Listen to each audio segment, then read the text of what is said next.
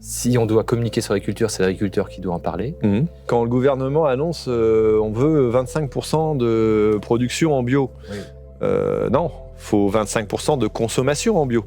Et il y aura les 25% en face de production en bio. Pourtant, on est là pour vulgariser, mais si on vulgarise de trop, un peu comme la démarche que tu as citée, on passe à côté d'éléments essentiels.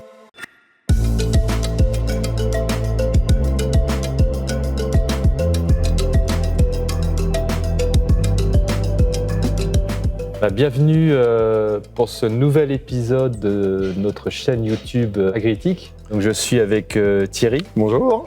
Bonjour Thierry, enchanté. Ça va? C'est la première fois qu'on se rencontre? Oui. Ma première question, elle est assez simple. C'est alors déjà de te présenter. Qui tu es, ce que tu fais. Et après, la deuxième question, je l'ai déjà, c'est pourquoi tu fais ça finalement. D'accord.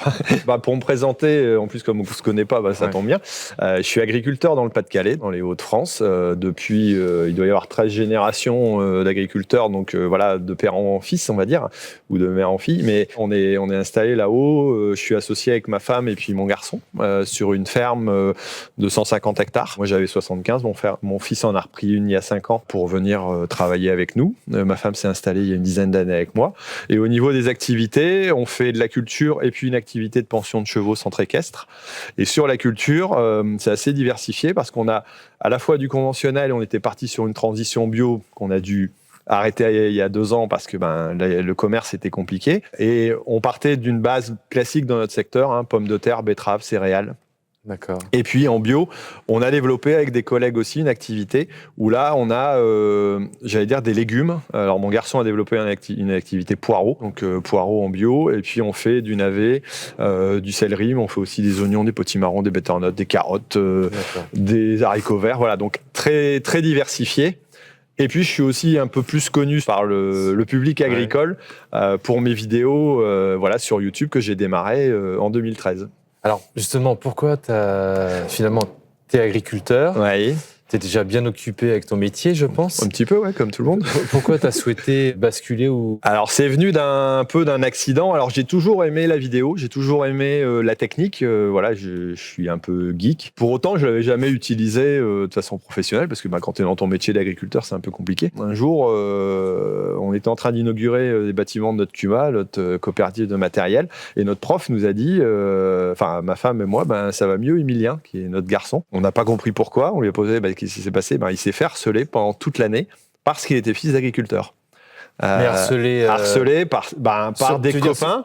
C'est pas sur les réseaux forcément. Non, à l'époque il n'y avait pas trop de réseaux. Il y a 11-12 ans, c'était quand même plus soft en général. Ils n'avaient peut-être pas encore trop de téléphone non plus. Mais à l'école, par des camarades de classe, des amis, des copains, il s'est fait traiter un peu de tout parce qu'il était fils d'agriculteur. Ça a été assez marquant parce que tu dis mince, comment ça se fait que les gens ont une image de l'agriculture qui est en tout cas bien différente de celle que je vis, celle que je pratique avec les technologies, avec le respect d'essayer de faire des choses correctement, quoi. Et donc l'image, elle était un peu galvaudée, donc c'était cutéreux, paysan, plutôt négatif. Et c'est là que j'ai eu la réaction de dire tiens, pourquoi pas essayer d'utiliser la technique et de me lancer à expliquer mon métier en disant j'explique.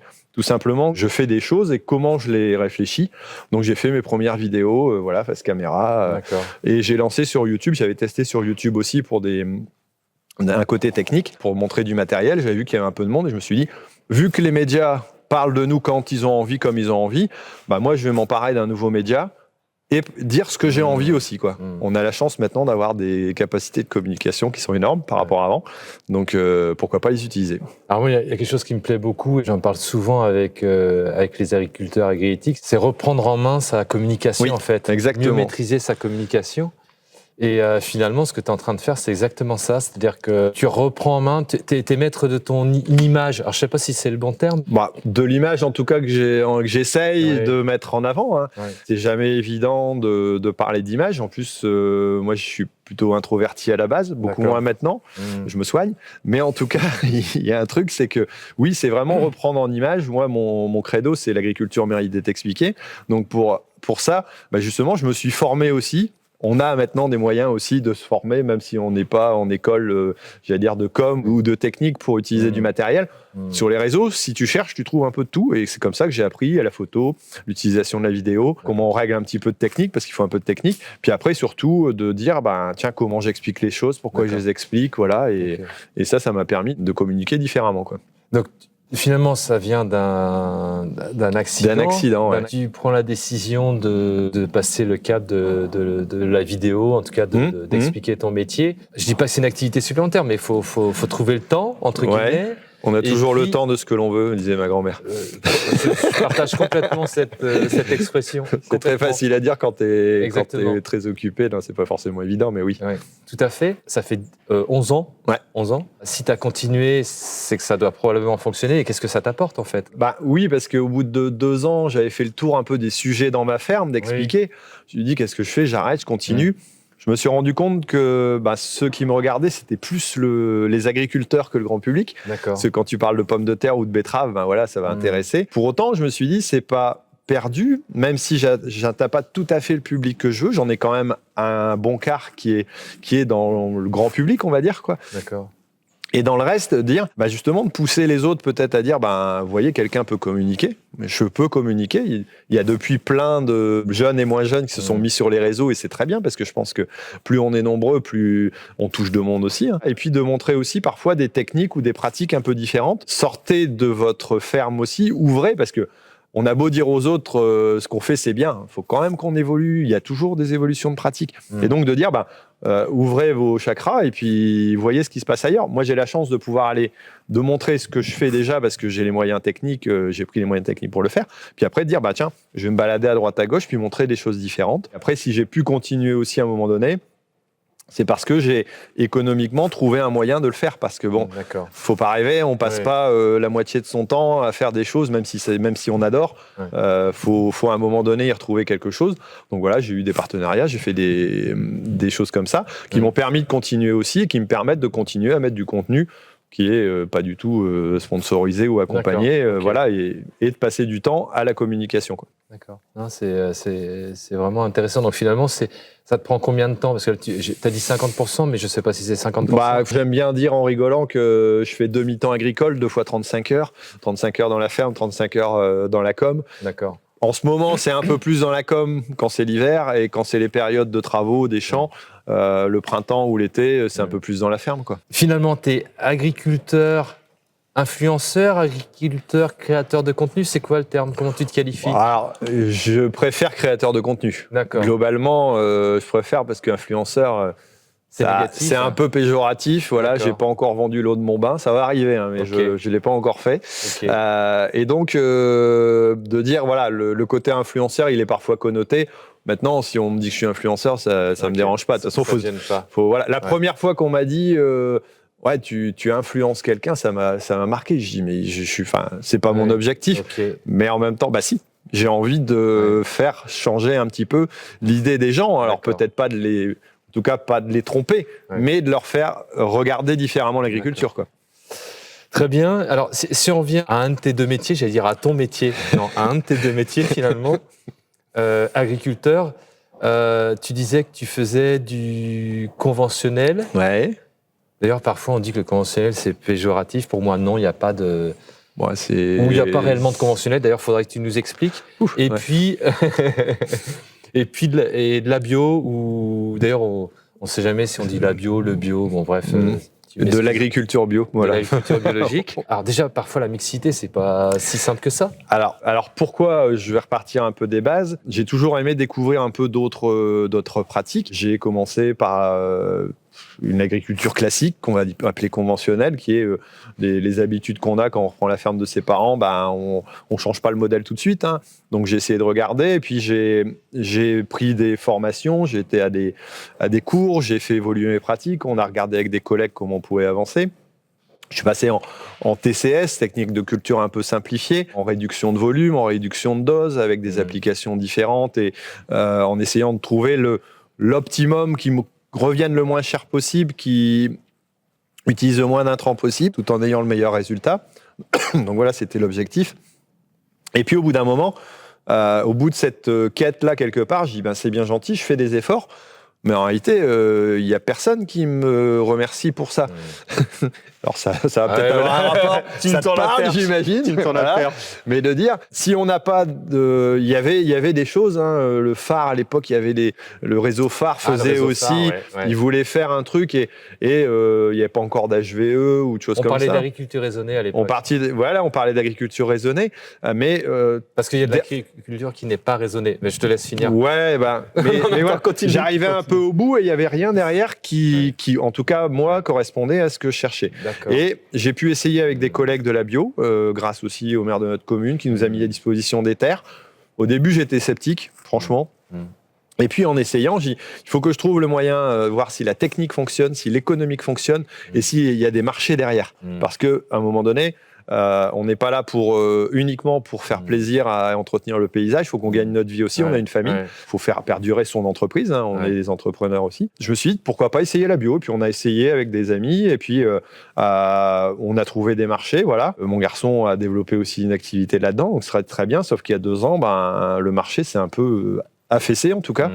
Et là, du coup, on a dû faire une pause dans notre transition. On n'a pas reculé, on n'a pas avancé plus, mais on essaye d'optimiser dans les 2 sens. Alors moi, ça m'intéresse beaucoup parce que, bien sûr, l'objet de notre label, en tout cas du label agriéthique des agriculteurs, c'est justement, bien sûr, d'être rémunéré au juste prix, mais aussi d'engager cette... Alors moi, je parle de transition, je sais pas si c'est le bon terme. Je trouve que c'est un terme qui passe pour beaucoup. Voilà, et ce que je dis souvent, il n'y a pas de transition sans rémunération. Et finalement, tu viens d'expliquer, c'est-à-dire que on veut bien, en tout cas, je me permets de parler à ta place ou à la place des agriculteurs, on veut bien évoluer dans nos pratiques. Et tu as expliqué le TCS, etc. Mais il faut qu'il y ait un débouché, il faut que ça soit payé au bon prix, sinon ça va être compliqué. Et finalement, ce que tu expliques, moi j'aime beaucoup ce terme pause. Tu as dit, j'ai fait une pause. Mais tu as fait une pause obligée, entre guillemets. Oui. Voilà. Et ça, je trouve ça vraiment intéressant. Et de se dire, finalement, la bio ou l'agriculture biologique t'a inspiré, finalement. Ouais, beaucoup. T'a inspiré, alors que tu étais plutôt conventionnel.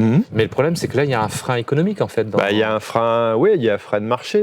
Quand le gouvernement annonce on veut 25% de production en bio. Non, il faut 25% de consommation en bio.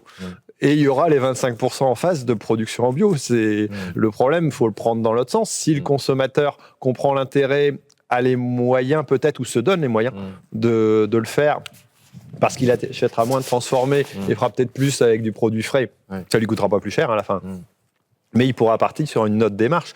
Donc c'est là-dessus où il faut arriver à faire évoluer les choses. Alors justement, moi c'est toujours un peu le débat, et pour rester sur l'agriculture biologique, mais sur les activités, on va dire les pratiques plus vertueuses. Toi, tu te dis, finalement, moi je veux bien faire de l'agriculture biologique. Je veux bien, ça m'intéresse en plus. Ça m'intéresse. C'est inspirant, mais par contre, il faut qu'il y ait le débouché, il faut que le consommateur veuille acheter ces produits. Qu'on doit attendre le consommateur. Alors, je ne pense pas, il faut qu'on soit proactif pour montrer aussi ce qu'on peut faire évoluer. Moi, je serais pas allé vers la bio si j'attendais que les gens viennent me voir en disant je veux t'acheter des produits bio. D'accord. Parce qu'à un moment donné, il faut pas rêver. Quelque part, l'entrepreneur, l'agriculteur, la personne qui crée quelque chose, si elle le propose pas, c'est pas le public qui va venir le chercher pour le faire. Enfin, à mon avis, il faut être proactif aussi. Donc, il faut que nous, on propose des choses. Après, derrière, il faut que ce soit suivi, par contre. S'il n'y a pas de consommation, je veux dire, s'il n'y a pas une idée derrière de consommation pour faire évoluer les prix ou des choses comme ça, ça va être compliqué, s'il n'y a pas une idée. Donc, d'un côté, il y a l'agriculteur qui a envie de je ne sais pas si c'est le bon terme, progresser, c'est ce qui me vient en tête, mais c'est pas le bon terme, je pense. Progresser, je pense qu'on progresse tout le temps. Voilà, on évolue, mais d'évoluer. Non, mais c'est pas le bon terme, mais c'est envie de faire évoluer ses pratiques, ou de travailler autrement, parce qu'il y a des enjeux environnementaux. Mais bien sûr, pas à n'importe quel prix, ça se comprend. Tout le monde a envie de vivre de son métier, je veux dire. Et d'un autre côté, il y a le consommateur qui, lui, si on fait un sondage aujourd'hui, il va dire oui, je veux manger bio, je veux manger avec les petites abeilles dans les champs, etc. Tu vois ce que je veux dire, l'imaginaire conso.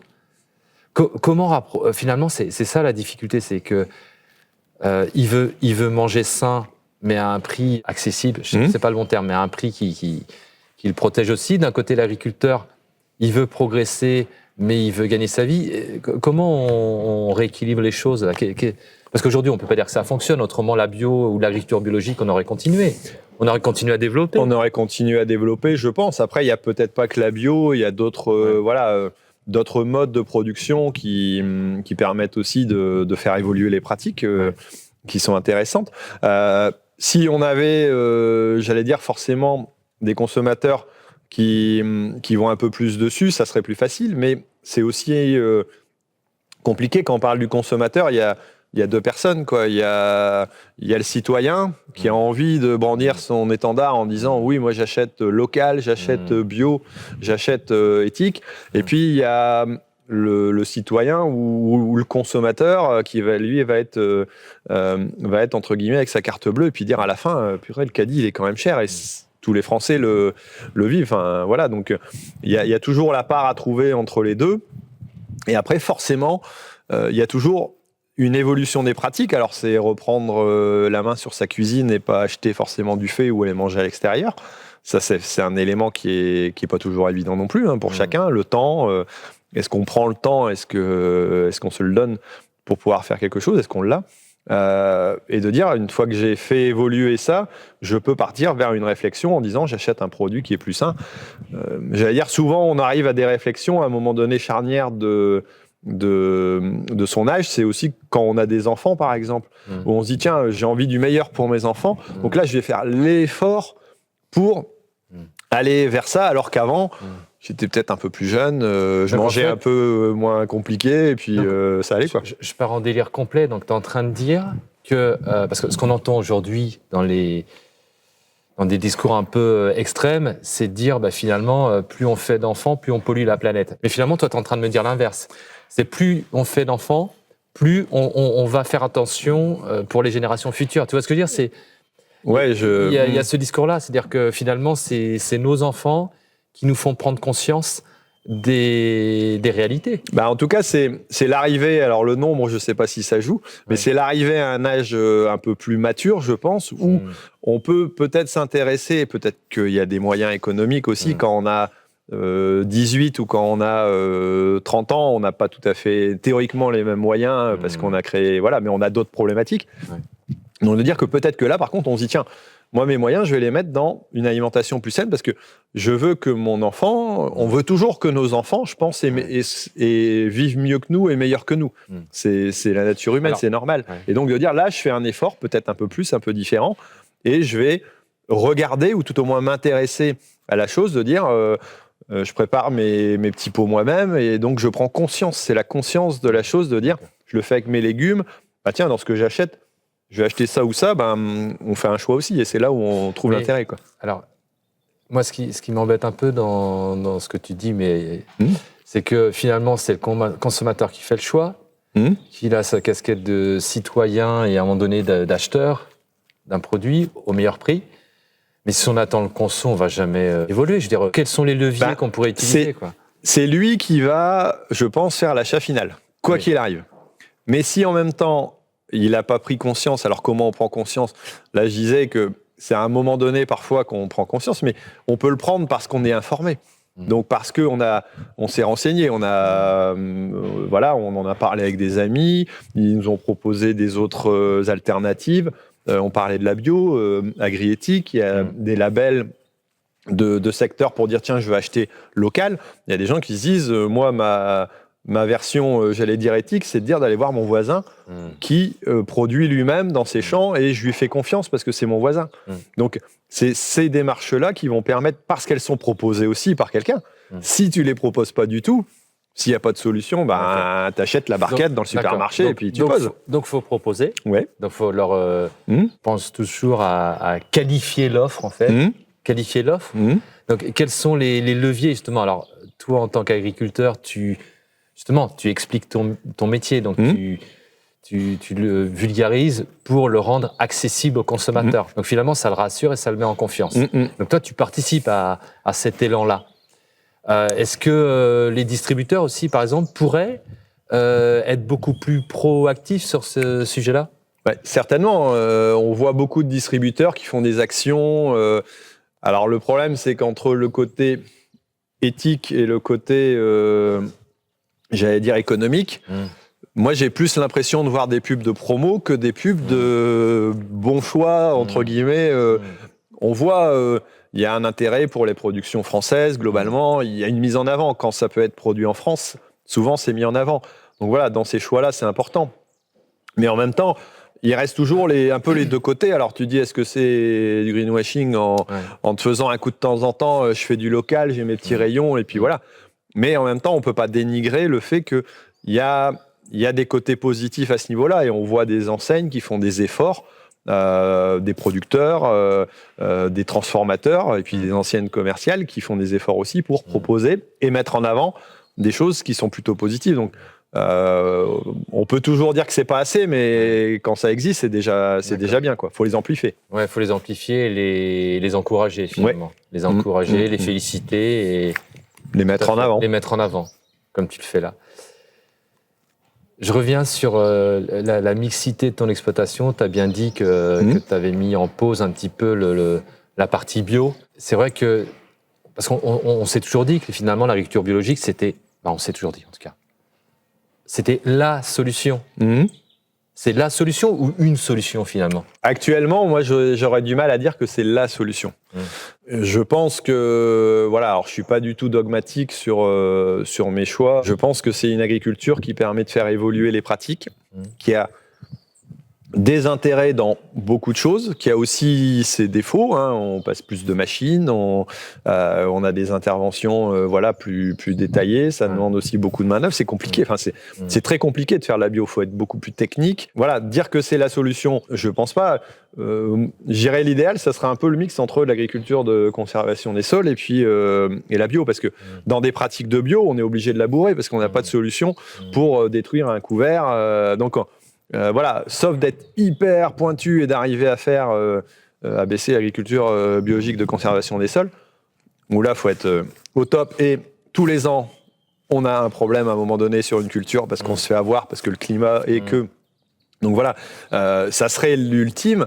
Maintenant, c'est sûr que la réduction, en tout cas, d'utilisation, que ce soit les intrants, que ce soit du produit chimique, on y va progressivement. Le problème, c'est que si en conventionnel, on n'a pas de solution de remplacement, on va vers un mur. Et qu'est-ce qu'on fait? On arrête de produire en France et on importe de l'étranger pour nous amener ce que nous, on ne veut pas produire chez nous. Parce que c'est la solution de détruire son agriculture pour aller en chercher ailleurs. Voilà, même si l'idéal, ce serait de dire si on n'avait pas besoin du tout de produits ou qu'on avait des produits naturels qui permettent de remplacer tout le reste, on serait content. Je pense que c'est comme en médecine conventionnelle. Si on pouvait ne faire que du préventif et arriver à guérir, aller jusqu'au cancer, mais je pense pas que le cancer, on le fasse, on puisse le soigner avec de la médecine chinoise, quoi. Il y a peut-être beaucoup de choses à faire qu'on peut faire avancer, mais à un moment donné, il y a un moment où on n'a pas d'autre solution. Et de trouver, si c'est pas le meilleur, en tout cas le moins pire, en conventionnel, pour que ça puisse être le plus acceptable possible. Mais on évolue beaucoup à ce niveau-là. Voilà. Après, la bio, c'est une autre façon de faire, mais on sait qu'on aura moins de rendement. Peut-être que si on dit demain, moi je vois cette année, on a moitié moins d'oignons dans nos récoltes parce qu'on a eu beaucoup de mildiou, ça veut dire que le consommateur ne pourra pas dire ouais, mais moi je veux manger tous mes oignons comme d'habitude. Non, cette année tu feras moins de soupe et tu mettras moins d'oignons dans tes plats parce que il y en a que la moitié. C'est un choix qu'on n'est pas forcément prêt à, pense. Donc s'il n'y a pas que l'agriculture biologique comme une solution, on va dire, intéressante pour faire évoluer les pratiques, c'est quoi les autres possibilités alors? Comment on l'appelle? Comment tu peux agir finalement? Comment tu peux agir? Tu réduis forcément dans tes pratiques. Alors après, ça peut être labellisé ou pas, ça peut être marqué ou pas avec un label, avec quelque chose. Donc l'effort, quelque part, il doit être marqué. Si tu veux que ce soit compréhensible, faut qu'il y ait un cahier des charges quelque part, faut qu'il y ait une limite, parce que sinon, si c'est simplement l'envie de l'agriculteur, aujourd'hui il va faire ça, puis le lendemain, je suis coincé, je vais faire autrement. Alors nous, c'est un sujet qui nous préoccupe beaucoup au sein de notre réseau d'agriculteurs, d'industriels, de boulangers, de meuniers. Je ne les ai pas tous cités. mais c'est ça, je crois beaucoup à la réappropriation de la communication pour l'agriculteur. J'apprécie beaucoup ce que tu fais parce que je pense que c'est une solution intéressante pour que l'agriculteur puisse dire si on doit communiquer sur l'agriculture, c'est l'agriculteur qui doit en parler. Et après, je crois beaucoup aussi à la réappropriation de la transition par l'agriculteur, justement. Quand je dis ça, ça veut dire que le cahier des charges, c'est bien, souvent, c'est pas l'agriculteur qui le rédige. C'est pas lui qui tient la plume, j'aime bien dire ça.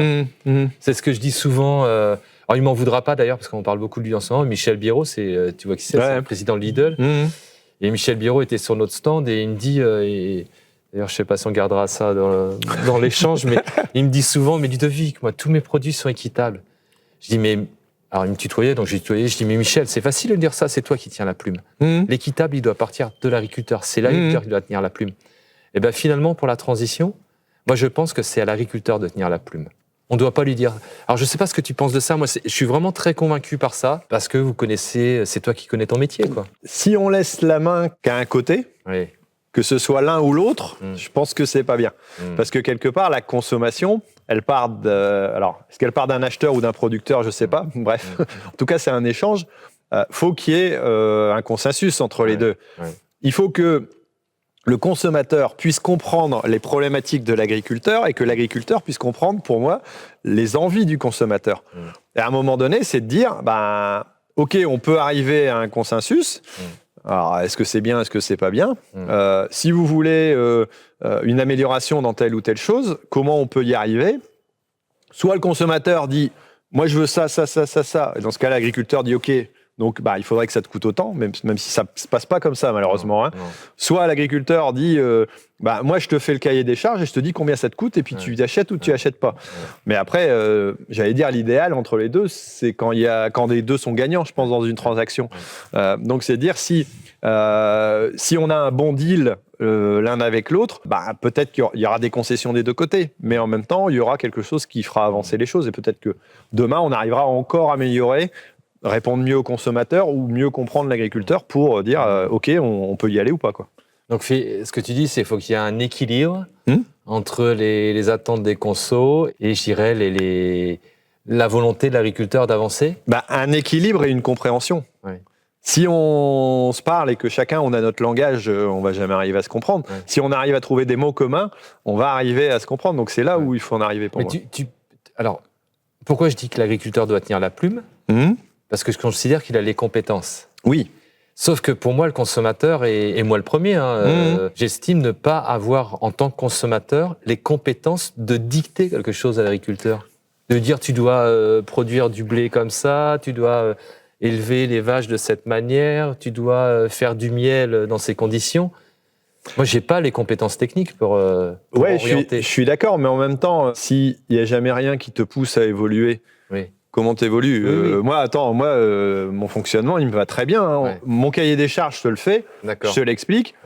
T'as plus qu'à l'approuver. D'accord. Moi, je vois pas pourquoi j'ai envie de changer. Je sais pas s'il y a beaucoup d'humains qui ont envie de tout modifier chez eux, de bouleverser leurs habitudes, leurs pratiques, parce qu'il y a la demande de quelqu'un d'autre. Faut arriver je pense, à une discussion et là, tu arriveras à quelque chose. Après que l'agriculteur ait peut-être le choix final de dire oui, je peux répondre à ton attente ou je peux pas. Parce que voilà, ou alors on en parlait avec Jean Covici sur le problème de l'environnement, parce que ça reste quelque chose d'important. Il dit, moi, je suis pas sûr que... il dit, moi, je comprends pas plutôt que les agriculteurs disent pas, vous voulez ça, ça, ça, ça, ça, mais il n'y a pas de problème, ça va vous coûter ça. Il faudrait qu'on en arrive là à dire, vous avez ces exigences-là, nous, on vous fait le cahier des charges, mais vous savez que ça va vous coûter autant.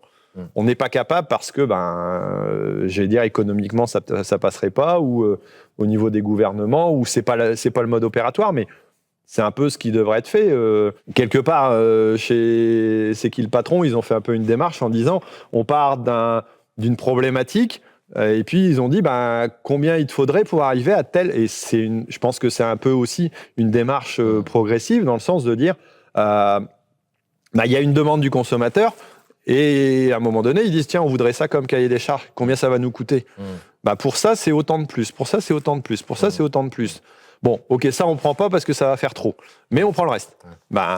Après, ça reste très basique, c'est-à-dire que le conso, tu vas lui demander la première question, Est-ce que tu souhaites que l'agriculteur soit payé au juste prix ou sur le marché il va dire au juste prix. Est-ce que tu souhaites qu'il parte en vacances ou uniquement les week-ends? Tu vois, en fait, j'ai peur que... Alors, pourtant, on est là pour vulgariser, mais si on vulgarise de trop, un peu comme la démarche que tu as citée, on passe à côté d'éléments essentiels. Après, je pense pas que ce soit parfait, je suis d'accord. Tout à l'heure, tu parlais de TCS. Ouais. TCS, tu dis ça un conso, technique culturelle simplifiée, c'est ça? Ou technique compliquée de semis, ça dépend si tu es agriculteur ou si tu es... Il n'y a pas l'ACS aussi, non? Oui, agriculture de conservation des sols. Il y a l'agriculture régénérative. L'agriculture régénérative. Voilà. C'est vrai que ça devient complexe quand même. C'est les chapelles, mais c'est toujours des Finalement, façons la finalité est la même, quoi. Que ça soit l'agriculture biologique, l'agriculture régénérative, la bio et la CS n'ont pas les mêmes cahiers des charges, dans le sens où la bio, à la base, on parle d'un cahier des charges. On est bien limité. Voilà, pour moi, c'est pas une religion, c'est un cahier des charges. En ACS, on est sur un mode de pratique où on a droit à des usages et on n'a pas scellé. Enfin, je ne connais pas de label, si, il y en a peut-être, mais qui disent on repart sur un autre cahier des charges pour dire on a les AOP, on sait que c'est dans une région avec tel type de vache, avec des taux, des trucs. Il y a toujours une base quand même pour dire de pas sortir trop des gonds, parce que si c'était uniquement l'agriculteur qui choisit, forcément, à un moment donné, il va dire cette année, j'ai pas pu. Je fais un peu à côté, on modifie, et puis ça fonctionne, quoi. Et on n'est pas tout à fait dans la même chose entre de la bio, de la CS, même si c'est toujours des démarches, pour moi, progressives, quoi. Donc l'idée, c'est diversité, c'est ça? Finalement, diversité, équilibre entre le besoin du conso et la technicité un peu du métier, ce qu'on peut faire dans les champs ou dans les bâtiments d'élevage. C'est ça, c'est l'équilibre. La diversité va nous permettre de progresser. Ou est-ce qu'à un moment donné, il faut quand même choisir une voie? Parce que finalement, je reviens encore sur la bio, mais à un moment donné, l'idée, c'était ça, c'était de dire qu'on va faire que de la bio. Politiquement, en tout cas, c'est le message qui a été passé. Ouais. Faut pousser la bio. Mais on s'aperçoit que c'est pas si évident que ça. C'est limitant. C'est limitant, que les consommateurs sont pas forcément au rendez-vous. Et donc finalement, c'est la diversité qui va nous permettre de faire évoluer les agriculteurs dans leur domaine. Bien sûr, oui, c'est aussi le fait qu'il y ait plusieurs voies possibles, que chacun puisse s'y retrouver. Pour certains exemples, moi j'ai des collègues en viticulture qui sont passés en bio, qui ont réussi parce qu'ils sont dans une zone donnée qui est propice à ça. Je veux dire, pourquoi on a plus d'agriculture biologique dans la Drôme que dans le Nord-Pas-de-Calais?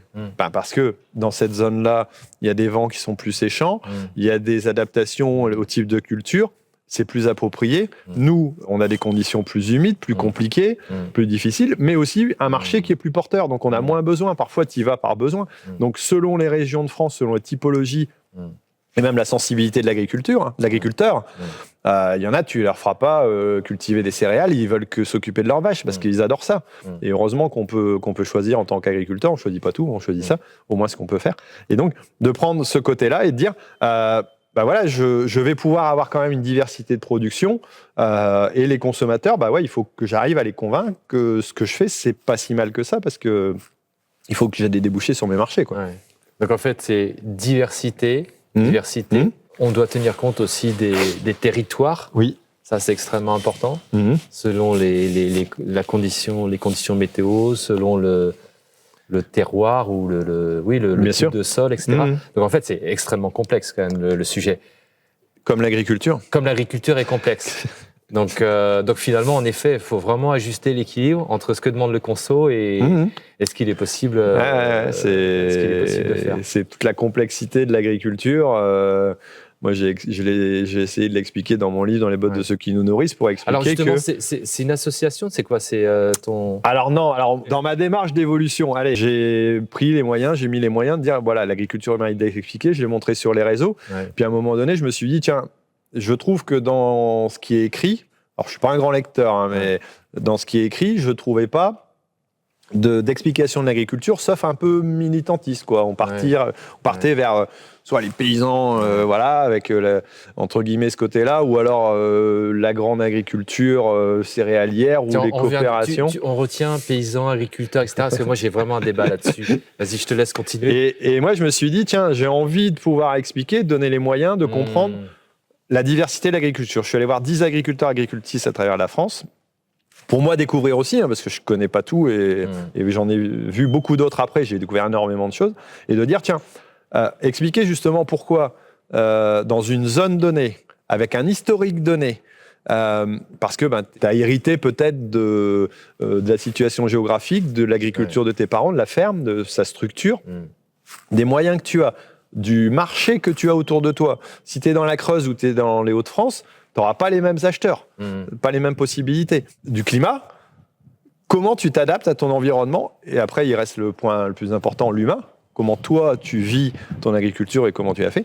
De montrer pourquoi il y a tant de diversité que, comme je te disais, être en bio dans la Drôme, c'est aussi intelligent qu'être en conventionnel dans les Hauts-de-France, que d'être éleveur en Normandie. Bon, c'est peut-être des clichés, mais en tout cas, tu n'as pas deux voisins qui ont la même agriculture tout à fait. Pour autant, est-ce qu'il y en a un qui a tort, qui a raison? Je pense pas. Okay. On a parlé de territoire. La France, c'est l'un des seuls pays où on parle de terroir. Pourquoi je veux dire, on a des fromages, on a des races, il y en a ailleurs, ça existe, mais en tout cas, la France est reconnue comme telle.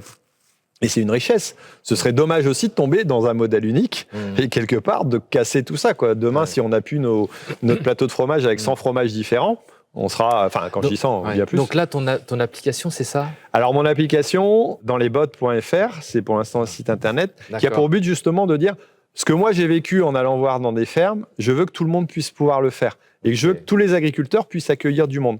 Soit s'ils font de la diversification, ils vendent à la ferme des produits, ou même si ils font de la grande culture et qu'ils ont envie simplement de montrer ce qu'ils font, même s'ils n'ont pas vendeur, de dire, tiens, j'ouvre mes portes. Donc, j'ouvre un créneau à telle date, le samedi, de 10h à midi, je fais visiter. Vous allez découvrir toutes les céréales que je cultive. On va faire un petit atelier avec les enfants pour découvrir les graines. Et je propose ça en faisant payer ou pas, selon ce qu'on veut faire. Et de pouvoir professionnaliser aussi certains en disant, on peut développer l'agritourisme et utiliser ce côté-là pour rémunérer un petit peu plus l'agriculteur, qui puisse s'en sortir, et de proposer des activités différentes. Je ne sais pas si tu connais pas quelqu'un qui a envie de traire des vaches, qui ne l'a jamais fait. C'est compliqué de pouvoir dire ça, à part si tu as un pote agriculteur.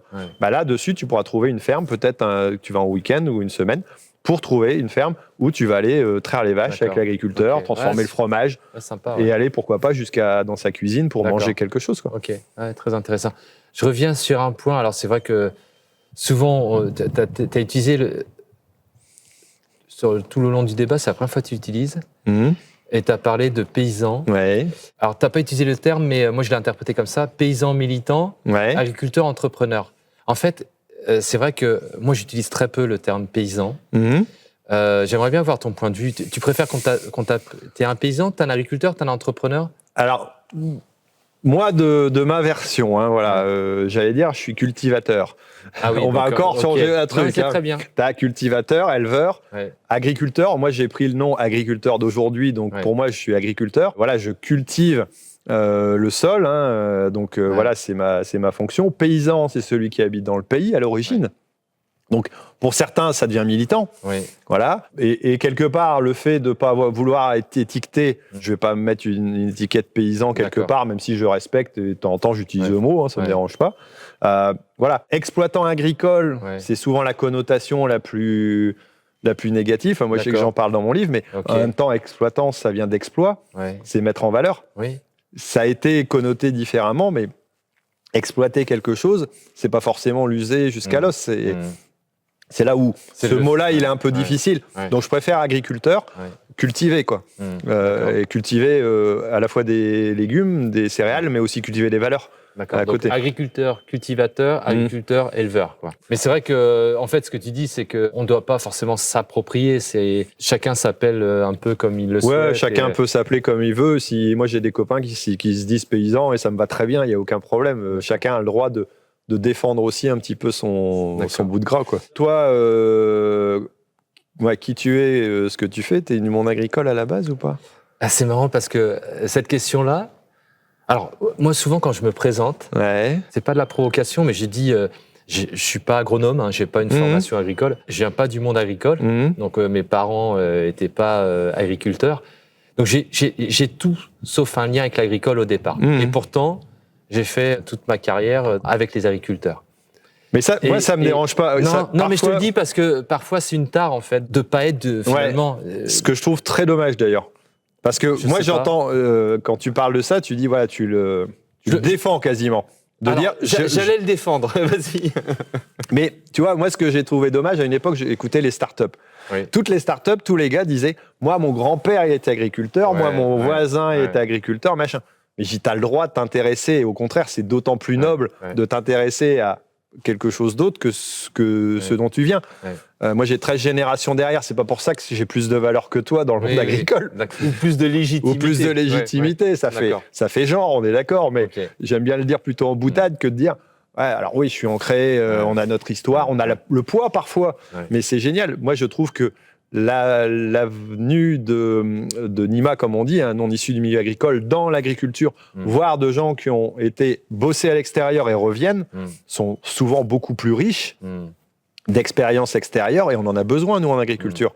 Donc, respect là-dessus, il n'y a aucun problème. Non, après, en fait, c'est surtout que, moi, maintenant, ça fait 25 ans que je suis dans le milieu. L'avantage que ça donne, surtout, c'est qu'on n'a pas d'a priori, en fait. On n'a pas d'a priori, on est dans l'écoute et on essaie de comprendre, quoi. Donc, je trouve que c'est même facilitant, finalement. Oui, on est plus libéré. Oui, t'as pas un poids. T'as pas un poids quelque part qui dit t'as été obligé ou. Oui, tout à fait. Ça doit. Et donc, après, à côté, comment t'as évolué et pourquoi Agriéthique Moi, ma préoccupation, c'est le matin quand je me lève, c'est de se dire, mais qu'est-ce qui va apporter de la valeur à tes produits, au métier de l'agriculteur. Ça, c'est quelque chose qui me préoccupe en permanence. C'est pour ça que je parle beaucoup du conso. Et je dis, faut essayer d'amener le conso vers ces produits plus vertueux, qui respectent la nature, etc., mais qui soient rémunérés au juste prix. Je parlais de pas de transition sans rémunération. Et je me suis aperçu aussi que ce qui pénalisait l'agriculteur, en tout cas je le pense, on l'a vécu, je dirais, dans l'année 2010 à peu près, où tu sais bien, là, je parle de volatilité des matières premières, donc variation des prix. Et je dis à chaque fois, quand le prix est trop bas, l'agriculteur ne s'y retrouve pas. Quand c'est trop haut, c'est le consommateur qui trinque. Il n'y a pas un truc plus simple à mettre en place. En fait, c'est comme ça que c'est né la démarche Agriéthique. C'est pour ça que je suis allé sur la bio à cette époque-là aussi, parce que tu avais des années où les cours faisaient ça, et yo-yo. Et je trouvais en bio plus de régularité dans les offres. Donc, toi, ta démarche, elle est parallèle, elle est complémentaire. Exactement. Mais c'est la bio qui a été inspirante aussi, même si l'idée de départ, ce n'était pas la bio. L'idée de départ, c'était de dire, avant de parler, alors parfois c'est un peu provocateur, mais avant de parler d'environnement, mettons-nous d'accord sur le prix en fait. Parce que le problème, c'est que si on parle d'abord d'environnement et qu'après le prix ne suit pas, on est sur des engagements court terme, quoi. Donc l'idée, c'était vraiment de verrouiller ce côté économique, que l'agriculteur soit bien payé, qu'il y ait des contrats dans la durée, sur la base d'un volume, et que tout le monde signe, tout le monde soit responsable. L'agriculteur, alors l'idéal jusqu'au consommateur, mais en tout cas jusqu'au distributeur ou jusqu'à l'industriel. Donc c'est ça l'idée l'idée de départ, et puis de dire comment tu valorises un produit en local, et puis sur une valorisation, quelque part qui est éthique. Oui. L'idée c'est ça en fait, c'est que rééquilibrer les rapports. Tu disais tout à l'heure, il faut qu'on trouve un consensus. Nous, notre objectif c'est ça, c'est trouver un consensus entre les acteurs pour qu'ils se mettent d'accord sur un prix, mais qui partent de la matière première, du blé, du lait, et qu'ensuite ce prix soit la base pour les négos suivantes jusqu'au consommateur. Donc ça, c'est extrêmement important. Et après, si on veut aller plus loin, si on veut parler de réduction des phytos, de TCS, etc., d'agriculture régénérative, ça a un prix aussi. Et on fait du bio équitable, on fait du non-bio, entre guillemets, du conventionnel équitable. C'est très diversifié, quoi. C'est pas une démarche élitiste.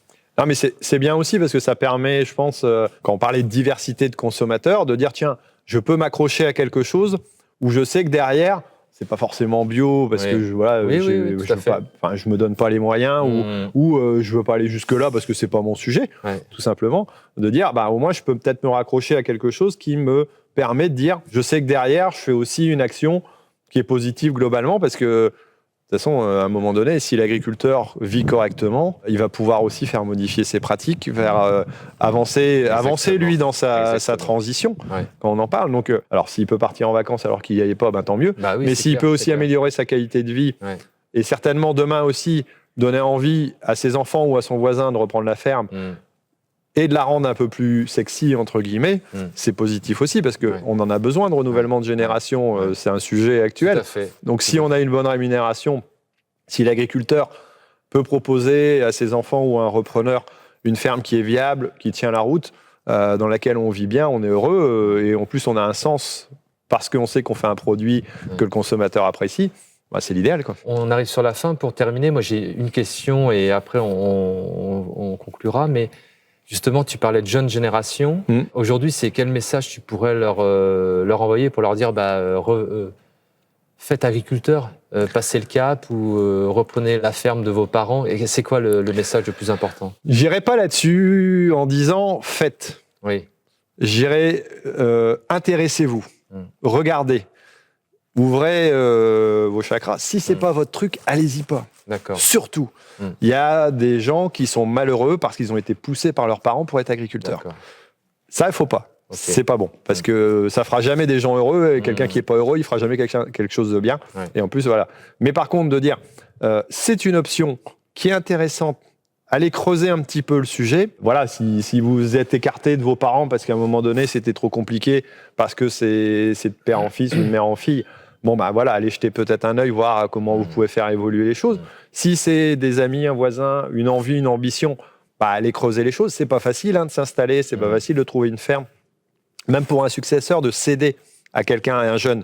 Parce que entre l'idéologie et la réalité, il y a un monde aussi dans l'agriculture. C'est clair. Donc il faut s'inspirer le maximum de la réalité des choses. Allez voir, découvrir, discuter, ouvrez-vous, questionnez vos certitudes pour changer, peut-être, et au moins vous irez peut-être de façon ouverte. Et là, il y a un intérêt. Et par contre, de ne pas se fermer à dire c'est inaccessible, je peux pas. Nous, on a recruté là il y a pas longtemps 2 jeunes, alors qu'ils bossent dans la ferme, ils sont pas associés, mais peut-être que demain, on ne sait pas. Ils bossaient dans le TP et dans le bâtiment, mais ils aimaient bien l'agriculture. Par une petite annonce par les voies générales, on a réussi à les faire venir dans la ferme. Et ils bossent là. Il y en a un depuis 1 an et demi, l'autre depuis 2 mois, et ils sont contents parce qu'ils ont un sens à leur métier. Et peut-être que c'est pas uniquement reprendre une ferme, c'est aussi peut-être travailler dans le monde agricole. Il y a plein d'emplois différents, mais faut être curieux, faut venir voir, faut aller voir, taper à la porte, utiliser dans les bottes pour aller visiter une ferme, et puis découvrir ce qui s'y passe. Vous serez peut-être conquis ou pas, mais au moins vous serez là où vous voulez aller. Très bien, c'est clair, je pense que le message est passé. Si tu devais, l'exercice c'est pas facile, retenir 1 ou 2 mots de l'échange qu'on a pu avoir. Alors moi c'est facile parce que j'avais la question en tête, donc j'ai déjà préparé le truc. C'est pas que j'ai préparé, mais au fur et à mesure de notre discussion, il y a des éléments qui reviennent. Qu'est-ce que tu retiens en fait? Moi je retiendrai par rapport à la démarche aussi, de dire l'intérêt, c'est toujours de discuter, c'est la relation, on parlait tout à l'heure de consensus, alors peut-être que ça ne plaît pas en termes de mots, mais c'est de dire, à un moment donné, il faut discuter, c'est le dialogue pour moi qui est important, et de dire, ce que vous pouvez apporter, c'est peut-être, par rapport au monde agricole, une ouverture différente, un regard, et une discussion. Dès qu'on commence à discuter avec les gens, on peut essayer de mieux se comprendre, il n'y a pas que l'argent derrière, il y a peut-être des choses qui peuvent se faire. Donc voilà, pour moi, c'est consensus ou discussion. Alors ça me plaît beaucoup, en fait, en train de modifier la conclusion que j'allais faire. Non, mais apporter un regard différent. C'est vrai que c'est notre rôle. Et je pense que faut pas qu'on l'oublie. Apporter un regard différent. Moi, ce que j'ai envie de retenir, c'est équilibre et diversité, en fait. Ouais. Équilibre. Parce que finalement, on disait qui doit tenir la plume. Est-ce que c'est l'agriculteur ou le consommateur? Et finalement, non. C'est ni 100% l'un, ni 100% l'autre. C'est un peu des deux. Et c'est la co-construction en fait qui va faire qu'on va pouvoir progresser et peut-être faire évoluer aussi à la fois les pratiques et les décisions d'achat du consommateur.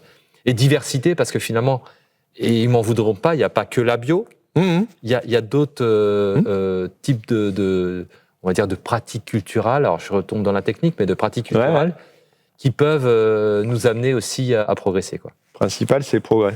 Exactement. D'avancer pas à pas, chacun à son rythme, mais d'avancer. Merci beaucoup Thierry. Merci à toi. Au plaisir, à bientôt. À bientôt. Et puis on remercie Antoine et Alex de nous avoir mis à disposition. C'est une zone de conditionnement du miel qui va être vendue ensuite sous la marque Compagnon du Miel. Donc merci également à Compagnon du Miel et je vous dis à bientôt.